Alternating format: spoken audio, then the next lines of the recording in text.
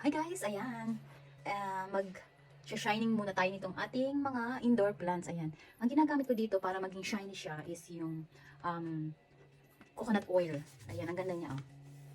Shiny siya talaga. So, maganda din siyang gamitin. Or pwede din siyang spray ng mga ang ginagamit ko minsan dito is yung carrot. Nag-mix ako ng carrot. Tapos yung liquid nun is yun yung ini-spray ko. Kaya tingnan nyo naman sila. Oh. Very healthy. And super laki itong indoor plants na to. Ayan. O, diba? Ang ganda-ganda niya. Oh. Sobrang laki na niya. Hindi ko siya nilalagay kapag winter. Dito lang talaga siya sa loob ng bahay. Hindi ko siya nilalabas. Minsan kasi meron siya mga white-white na ganyan. Ayan.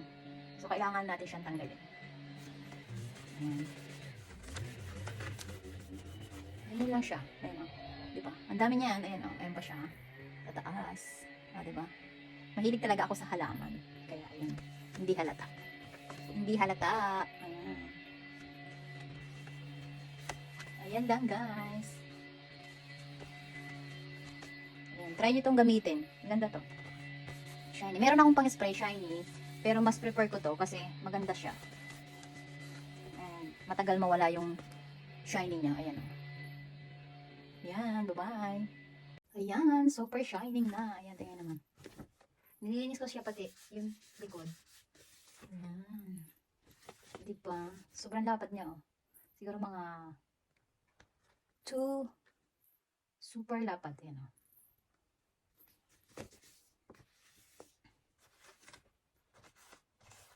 Ano to, bali 2 years old na din ito. Kasi nung nabili ko siya is talagang baby. As in, fresh from cuttings. So, tingnan nyo naman kung gaano siya kalaki. Sobrang laki. Siguro pag binenta mo to mga $120. Yan.